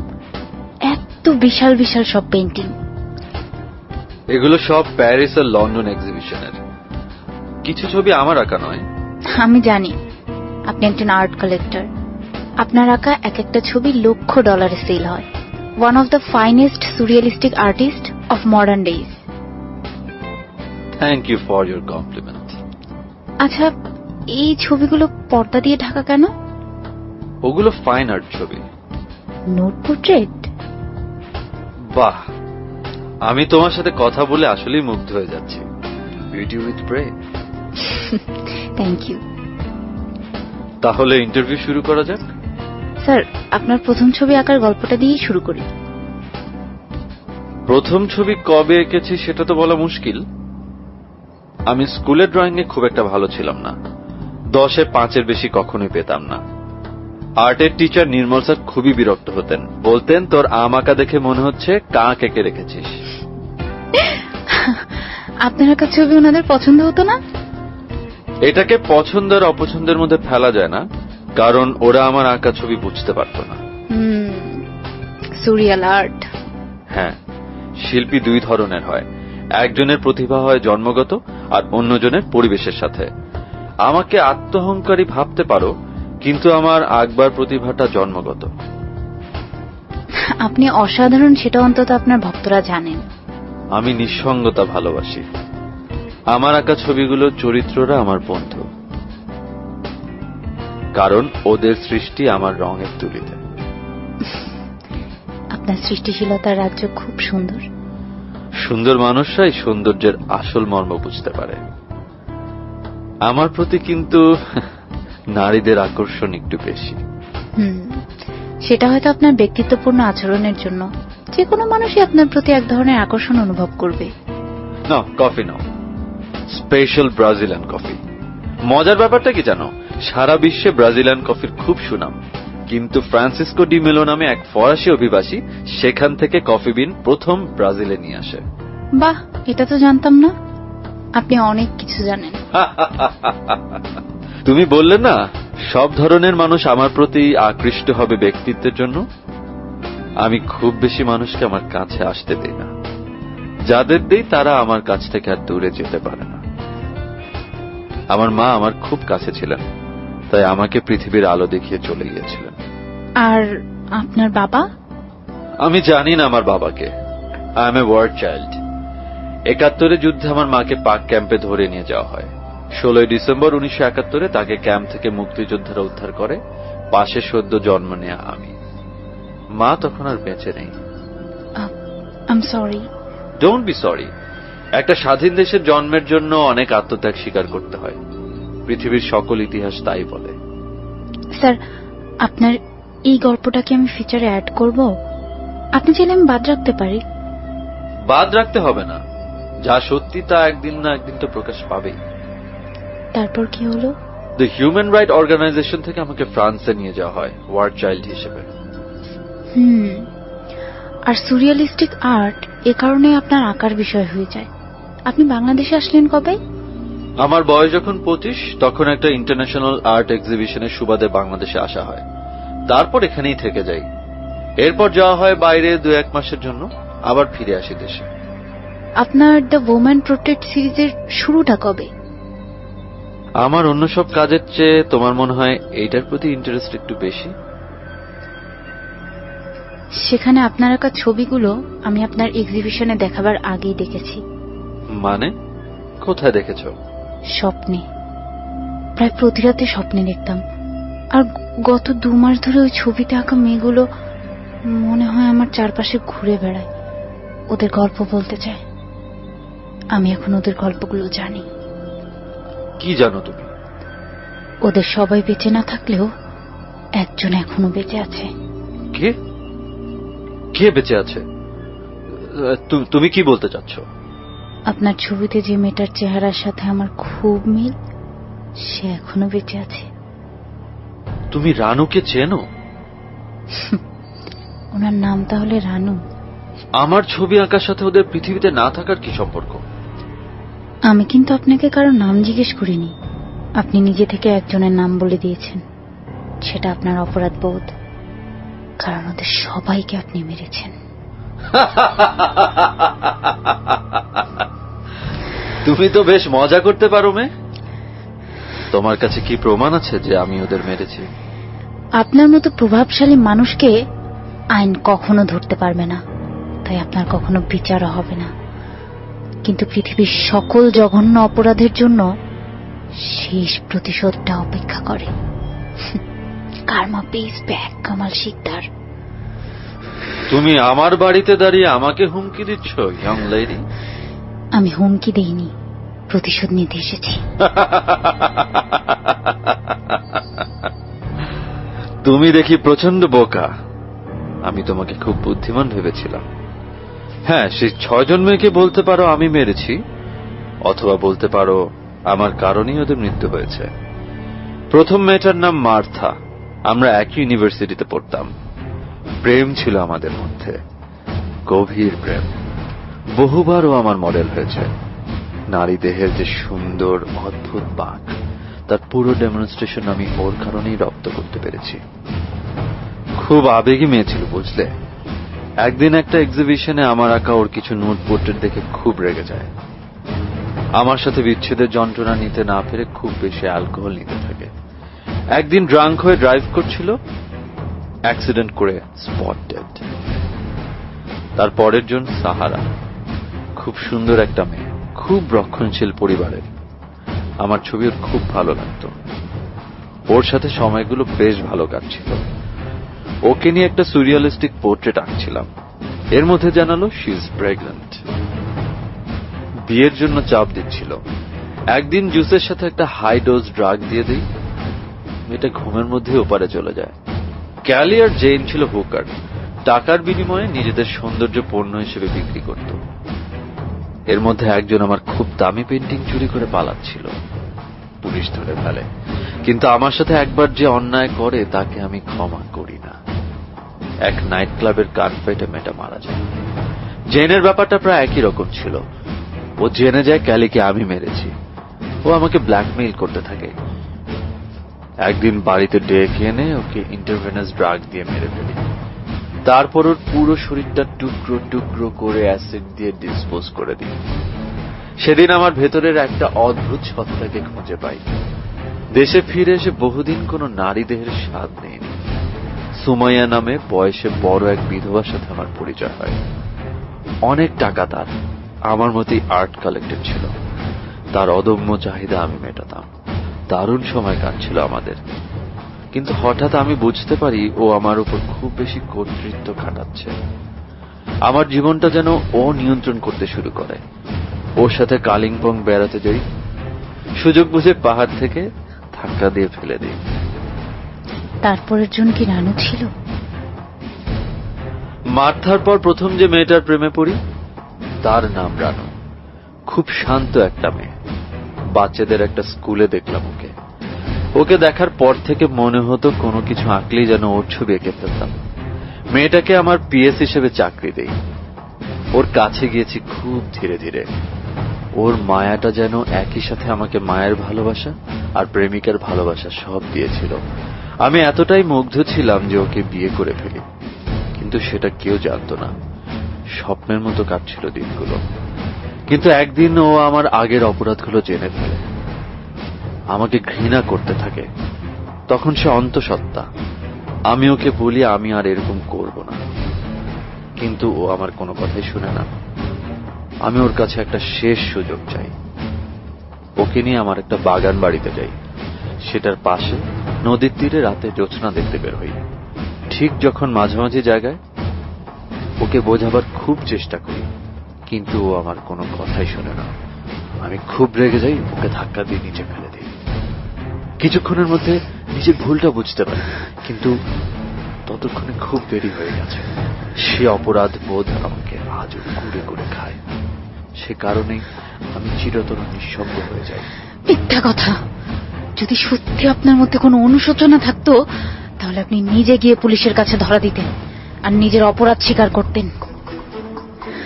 তোমার কাছে স্বীকার করলাম। আমার অপরাধের শাস্তি আমি নিজেই নিজেকে দেব। অন্য কারো অধিকার নেই আমাকে শাস্তি দেওয়ার। তোমাকে অনেক ধন্যবাদ তনু। পৃথিবীকে বিদায় জানাবার সময় হয়ে এসেছে। আরে কি করছেন আপনি? আপনার হাতে রিভলভার কেন? শুনুন, আমার কথা শুনুন, আমার কথা শুনুন প্লিজ। বিদায় রানু, ভালো থেকো তুমি।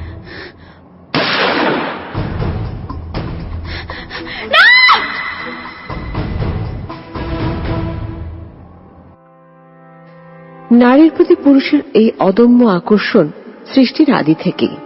যে নারীর কারণে এই জগতে আসা তাকে অবমূল্যায়ন করেই নিজের পশুবৃত্তির বহিঃপ্রকাশ করা এক অদ্ভুত নিয়তি। বিখ্যাত আর্টিস্ট কামাল শিকদার নারীর মাঝে খুঁজে পেয়েছেন তার সকল সৃষ্টিশীলতার শৈল্পিক অথচ কুৎসিত প্রকাশ। 6 জন নারীর প্রতিমূর্তি তিনি এঁকেছেন এবং সকলকে তিনি হত্যা করেছেন। প্রত্যেকটি অপরাধের পেছনে অপরাধীর একটি কারণ থাকে। সে কারণ সভ্য জগতের কাছে পাপ। যে পাপ জন্মলগ্ন থেকে আমাদের রক্তপ্রবাহ বা মস্তিষ্কের নিউরনে প্রবাহিত হয়, তার সৃষ্টি কোথায় তা আজও এক অমীমাংসিত রহস্য। তনুর মাঝে লুকিয়ে থাকা রানু কি তবে এই গল্পের শেষ প্রতিশোধের অদ্যপান্ত?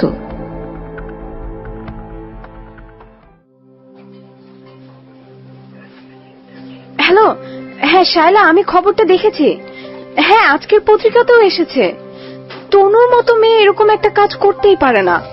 আমাদের কিছু একটা করতে হবে। তুই ফাদারের সাথে কথা বল, কোন লয়ারের সাথে যোগাযোগ করতে বল। আর কি হচ্ছে আমাকে অবশ্যই জানাবি। আমি হাসপাতাল থেকে ছুটি নিয়ে আসছি যত তাড়াতাড়ি পারি। আমি রাখছি এখন। কি ব্যাপার রূপা, কোন সমস্যা? তোমাকে খুব টেন্স দেখাচ্ছে। স্যার, আমার বোন খুব বিপদে পড়েছে। যেভাবে হোক ওকে বাঁচাতে হবে। বাঁচাতে হবে মানে? কি সমস্যা আমাকে খুলে বলো। স্যার, আপনি তো জানেন আমি মিশনারি স্কুলে বড় হয়েছি। আমার বাবা মা কেউ নেই। হোস্টেলে সেই স্কুল থেকে তনু আর আমি একসাথেই বড় হয়েছি। আমার আপন বলতে কেউ নেই। ও আমার বোন, আমার বন্ধু, সবকিছু। কিন্তু মেয়েটা খুব বিপদে পড়েছে। ও একটা ম্যাগাজিনে ফিচার রিপোর্টার হিসেবে গত মাসেই জয়েন করেছে। গতকাল বিখ্যাত আর্টিস্ট কামাল শিকদারের ইন্টারভিউ নিতে ওনার বাসায় যায়। সেখানে কামাল শিকদার খুন হয়। পুলিশ বলছে খুনটা তনু করেছে। মানে তোমার বন্ধু কি ওনাকে আগে থেকে চিনতো? স্যার, তনু আর্ট লাভার ছিল। পেইন্টিং এক্সিবিশন দেখতে খুব পছন্দ করত। ওনার কিছু ছবির কথা ও আমাকে বলেছিল। আমার যেদিন নাইট ডিউটি থাকতো না, রাতে ওর সাথে বাসায় থাকলে গত 1 মাস ধরে অদ্ভুত ঘটনা ঘটতো। ও ঘুম থেকে চিৎকার করে উঠে যেত। বলতো সে কিছু মেয়েকে ওর আশেপাশে ঘুরতে দেখছে। ওরা নাকি ওকে কিছু বলতে চায়। এই মেয়েরা হচ্ছে কামাল শিকদারের আঁকা ছবির মেয়ে। আর রানু নামে একজনের কথা খুব বলতো। খুবই অদ্ভুত। সপ্তাহখানেক ধরে ওর সাথে আমার দেখা হচ্ছিল না। টানা নাইট ডিউটি করে আমি যখন বাসায় ফিরি, ও চলে যায় ওর কাজে। আর সন্ধ্যায় যখন ফিরে, আমি চলে আসি ডিউটিতে। স্যার, আমাকে আজকের জন্য একটু ছুটি দিন। তনুর আমাকে খুব দরকার। কোন একটা গন্ডগোল হয়েছে। তনু আর যাই করুক, খুন করতে পারে না। কোনো সমস্যা নেই, তুমি আর্লি লিভ নিয়ে যেতে পারো। আমি প্রফেসর বোসের সাথে একটা কনফারেন্সে যাচ্ছি। ফিরে এসে সাফিয়া খাতুনের কেসে একটা ফাইনাল স্টাডি করতে বসবো। এর মাঝে তোমার যদি কোনো হেল্প লাগে আমাকে জানিও, কিন্তু আমার পরিচিত লয়ারও আছে। স্যার, আরেকটা কথা আপনাকে বেশ কয়েকদিন ধরে বলবো বলে ভাবছি, কিন্তু বলা হয়নি। কি কথা বলো? স্যার, সাফিয়া খাতুনের সাথে তনুর চেহারার আশ্চর্য রকমের মিল আছে। আমি বিষয়টাতে খুব অবাক হয়েছিলাম। গতকাল ফাদার বিশপ সাফিয়া খাতুনের সাথে দেখা করতে এসেছিল। উনি কথা বলার সময় তাকে বারবার রানু বলে ডাকছিল। Very strange. এটা কি আমি কোইন্সিডেন্ট বলবো নাকি অন্য কোনো ঘটনা রয়েছে? আমার মনে হয় তোমার তনুর সাথে দেখা করা উচিত। জি স্যার, আমি যাচ্ছি। ঠিক আছে রূপা, চিন্তা করো না, সব ঠিক হয়ে যাবে। Thank you sir.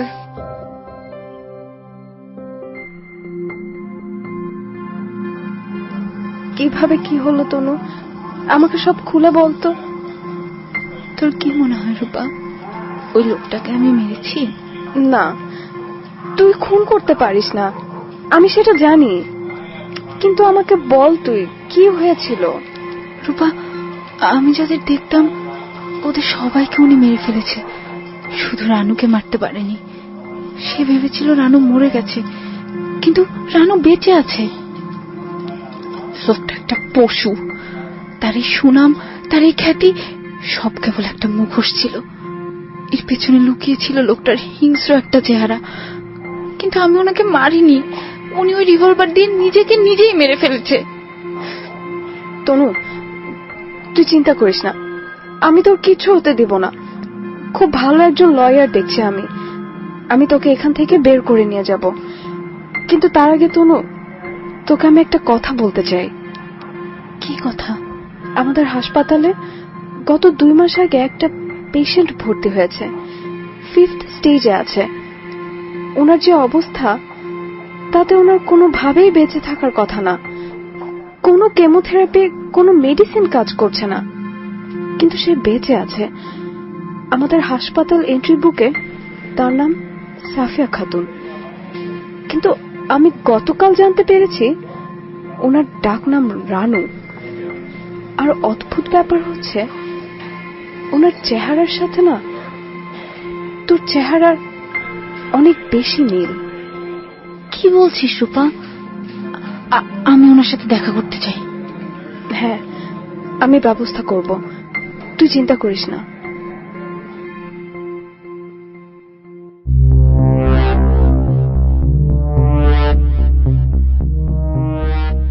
শুনছেন কুয়াশা ব্রট ইউ বাই এগলো আইসক্রিম। আর আমরা দ্বিতীয় পর্ব যেখানে শেষ করলাম, সেখানে আমরা দেখছি তনু আর রূপা কথা বলছে। রূপা বলছে যে তাদের হাসপাতালে গত 2 মাস আগে একজন পেশেন্ট ভর্তি হয়েছে, ক্যান্সারের একদম শেষ স্টেজে আছেন, তার কোনো অবস্থাতে বেঁচে থাকবার কথা না, তার উপর কোনো কেমোথেরাপি বা কোনো মেডিসিনও কাজ করছে না, কিন্তু তারপরে সে বেঁচে আছে।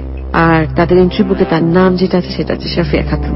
আর গতকাল রূপা জানতে পেরেছে যে তার আসল নাম, অর্থাৎ সাফিয়া খাতুনের আসল নাম রানু।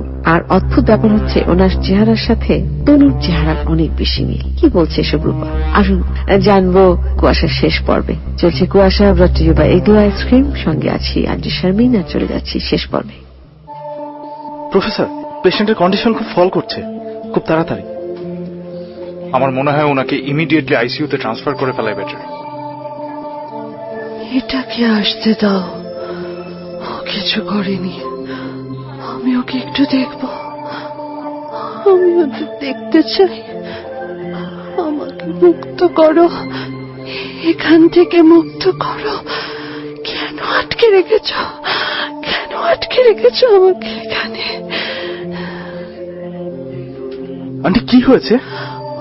ওরা আসবে, ওদের আসতে দাও। ওরা আসলে আমি এখান থেকে মুক্তি পাবো। আমার খুব যন্ত্রণা হবে বাবা, আমাকে যেতে দাও। আপনি কাদের কথা বলছেন?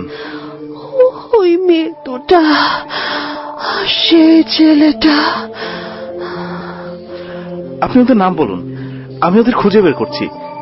আচ্ছা, একটা মেয়ের নাম কি তনু? সে দেখতে আপনার মতো, এমন একজনকে আপনার কাছে নিয়ে আসতে পারি। নিয়ে আসো বাবা, আমি তোমার কাছে চিরকৃতজ্ঞ থাকবো। আমার সময় শেষ হয়ে আসছে।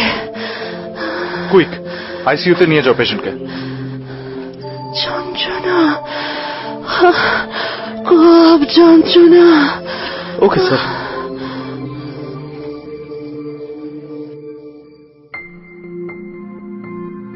মানুষের জীবনটা বড় অদ্ভুত। মাঝে মাঝে মনে হয় এক একটা মানুষের জীবন যেন এক একটা মলাট বাঁধা বই, আর এক একজন মানুষের জীবনে আরো কিছু মানুষের অবস্থান সেই বইকে পরিণত করে উপন্যাসে। প্রত্যেকটা মানুষের জীবনের গল্প আলাদা, কিন্তু ওতপ্রোতভাবে জড়িত। মকবুল, মাইনুল, কামাল, শিকদার, সোহরাব, আমিনা, তনু ভিন্ন ভিন্ন মানুষ, কিন্তু সাফিয়া খাতুনের জীবনের উপন্যাসে তারা এক একটি চরিত্র। প্রকৃতির সকল কিছু এক অদৃশ্য সূত্রে বাঁধা, যা আমাদের কাছে অজানা, অদেখা। চোখের সামনে যা থাকে তাই কেবল সত্য নয়, এই চোখে দেখা সত্যের পেছনে থাকে কঠিন কিছু সত্য। সে সত্যের খুব কাছে দাঁড়িয়ে আছে গল্পের অন্তিম পরিণতি।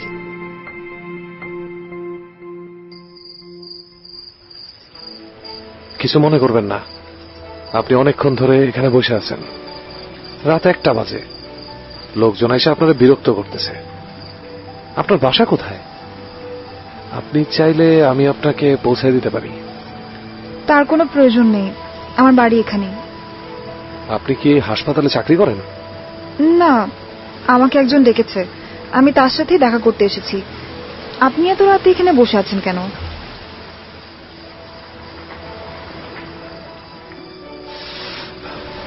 সরি, সিগারেটে আপনার সমস্যা হচ্ছে? না, আপনি তো বৃষ্টিতে ভিজে গেছেন, আপনার জ্বর আসতে পারে, আপনি কাঁপছেন ঠান্ডায়, ঠান্ডা কমাতে আপনি সিগারেট খাচ্ছেন। আমিও এখানে একজনের সাথে দেখা করতে আসছি। তাহলে আপনার আর আমার এখানে আসার উদ্দেশ্য হয়তো এক।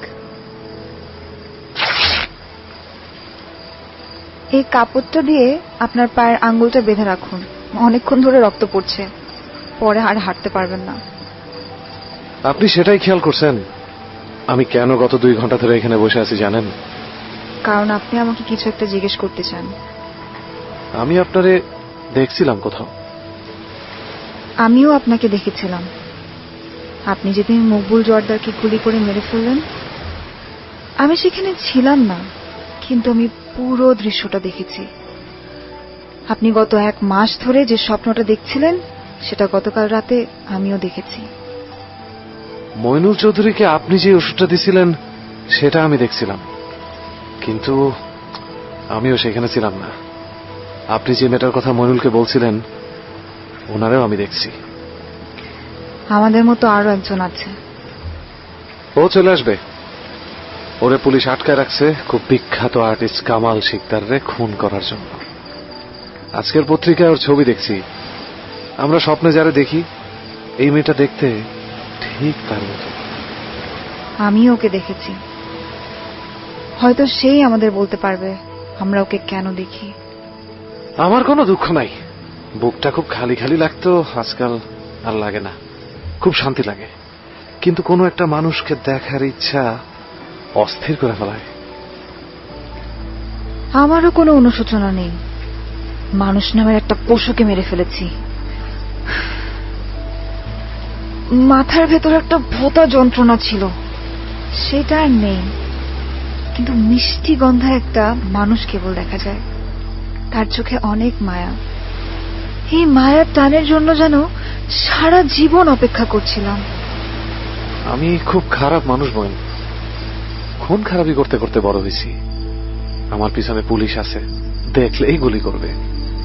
তাদের কাছে আমি জঘন্য খুনি, আসামি। খুব ভালো করছে ওদের খুন করে। এরা কখনো মরতো না, ওদের কখনো শাস্তি হইতো না। আমি প্রতিশোধ নিছি, কোনো দুঃখ নাই আমার। আমারও দুঃখ নাই কোনো। আমার কোনো বড় ভাই নেই, থাকলে হয়তো আপনার মতোই হতো। আপনার সাথে আরো আগে দেখা হলে হয়তো মইনুলের মতো নোংরা লোকটার সাথে আমার দেখা হতো না। এইভাবেই আমাকে দেখে রাখতো, যেভাবে আপনি এই ঝড়ের রাতে আমার পাশে বসে আছেন সৌরভ ভাই। আমি জানি না বোন, আমিও তোমার নাম কিভাবে জানি আমি জানি না, কিন্তু এইটা বুঝি জীবন আর মৃত্যুর ঠিক মাঝখানে আইসা খুব সুন্দর একটা কিছু আমি দেখতে পাবো। ছোটবেলা থেকে জানি না আমার মা বাপকে, মারে খুব দেখতে ইচ্ছা করত। আজকে কেন জানি মনে হয় এখানে আমার খুব আপন কেউ একজন আছে। আপনাকেও আমার খুব আপন লাগে সৌরভ ভাই।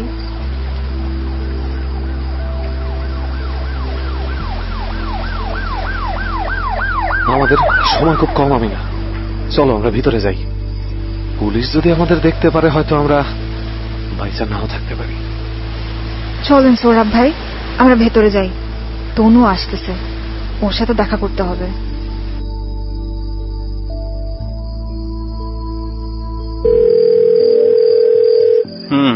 হ্যালো। হ্যাঁ রূপা বলো।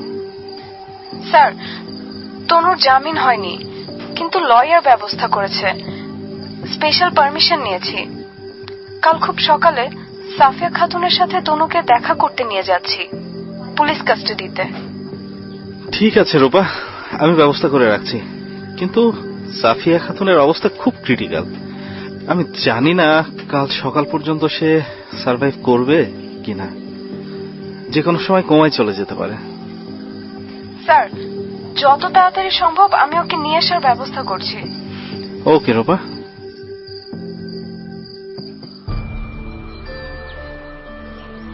ডাক্তার সাহেব, আসতে পারি? কে আপনি? স্যার, আমার ভাই পায়ে ব্যথা পেয়েছে, অনেক রক্ত পড়ছে, একটু দেখে দিন। আচ্ছা বসুন। আপনার পায়ে তো গুলি লেগেছে, আপনি কে? আমরা ভালো কেউ না, কিন্তু আমরা জানি আপনি আমাদের হেল্প করবেন। আচ্ছা আপনি বসুন, আপনার পায়ে আটকে থাকা বুলেটটা আগে বের করতে হবে, তারপর আমি বাকি কথা শুনবো। আপনারা ভয় পাবেন না, আমি আপনাদের ক্ষতি হতে দেব না। আপনি কি সবকিছু জানেন? না, আমি কিচ্ছু জানি না, কিন্তু আমার মন বলছে আপনারা আমার পেশেন্ট সোফিয়া খাতুনের কাছে এসেছেন। আমি আপনাদের তার কাছে নিয়ে যাচ্ছি। সে আপনার জন্যই অপেক্ষা করছে। আরেকজন আছেন, সেও কিছুক্ষণের মধ্যে চলে আসবে।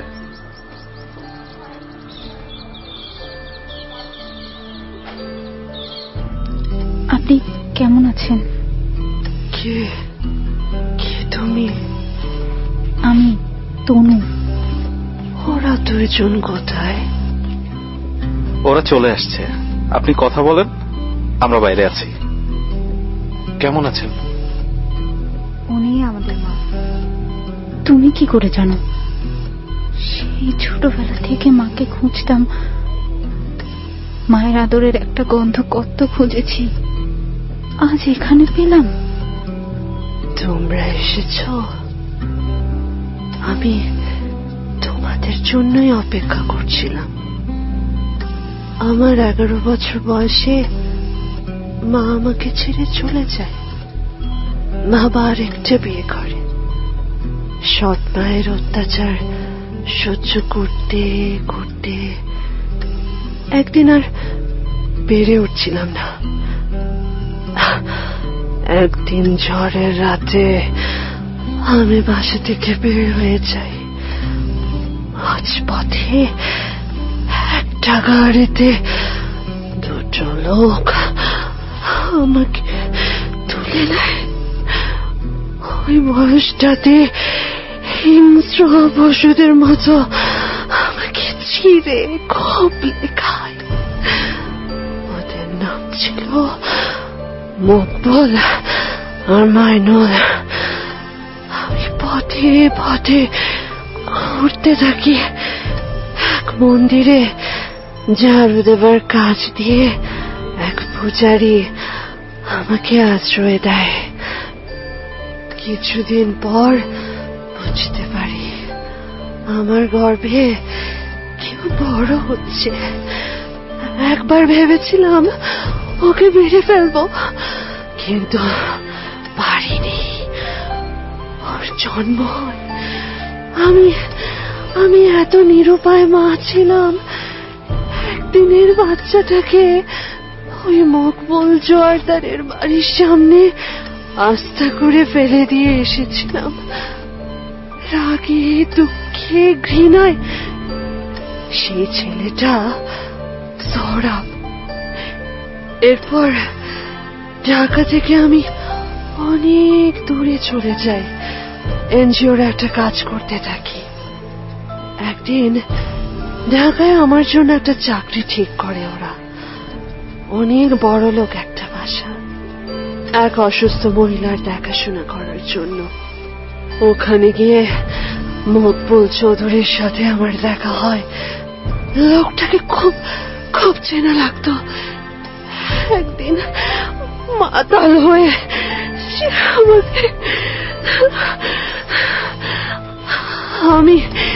আমি সেই রাতে বুঝতে পারি ওদিন রাতে গাড়িতে মকবুলের সাথে সেও ছিল। সে আমাকে ব্ল্যাকমেল করতে থাকে। ব্ল্যাকমেল করে প্রতি রাতে আমার সাথে ওগুলো করত। নিজের উপর ঘেন্না হতো, মনে হতো মরে যাই। আবার আমি নিজের ভেতর আরেকজনের অস্তিত্ব বুঝতে পারি। জানতে পেরে ও আমাকে মেরে ফেলতে চায়। আমি সে রাতে পালিয়েছিলাম।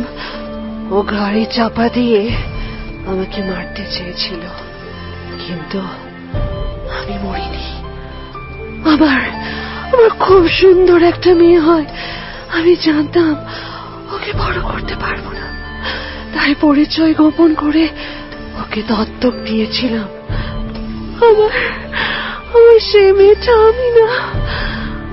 আর কামাল শিকদার, সে আমাকে বিয়ে করেছিল, কিন্তু তার পিশাচের রূপ আমি জানতে পারি একজন নারীর সবচেয়ে মূল্যবান কিছু যখন হারায় তা মৃত্যু যন্ত্রণার চেয়েও প্রখর হয়। তা আমার চেয়ে বেশি কে জানে। সেও আমাকে পানিতে ডুবিয়ে মারতে চেয়েছিল, আমি মরিনি। একটা সরকারি হাসপাতালে তনুর জন্ম হয়, কিন্তু আমার মেয়েটা চুরি হয়ে যায়। আমি পাগলের মতো ওকে খুঁজতে থাকি, ওকে আঁকড়ে বাঁচতে চাই, কিন্তু পারি না। সারাটা জীবন এই কষ্টগুলো আমাকে কুড়ে কুড়ে খায়। প্রতি রাতে ঘুমের ঘোরে আমি ওই পশুদের অট্টহাসি আর বাচ্চাদের কান্না শুনেছি। আজকে আমি জানতে পারছি, কারণ আমার যন্ত্রণার প্রতিশোধ আমার অংশরা নিয়েছে। আমার শেষ প্রতিশোধ তোরা নিয়েছিস। আমার মতো হতভাগা মাকে তোরা মাফ করে দিস। আমার যাবার সময় হয়েছে। আমার জীবনের শান্তি অপেক্ষা করছে মৃত্যুর অপারে। না মা, তোকে এতদিন পর পেয়েছি, আমাদের ছেড়ে তুমি এভাবে চলে যেতে পারো না। আমরা তোমাকে দেখে রাখবো মা, তুমি যেও না। যাও না মা, তোমার একটু আদরের জন্য সারাটা জীবন অপেক্ষা করছি মা। ভালো থাক তোরা, দেখা হবে জীবনের ওপারে। ওঠো মা, প্লিজ যেও না, আমাদের সাথে থাকো মা।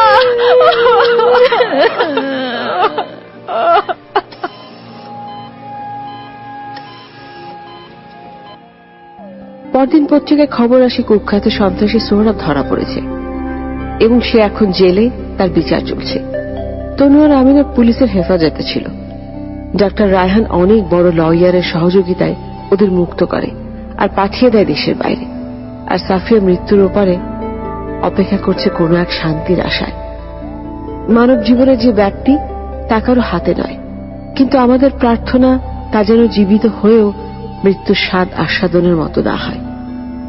ভালো থাকুক পৃথিবীর সকল মা আর তার সন্তানেরা।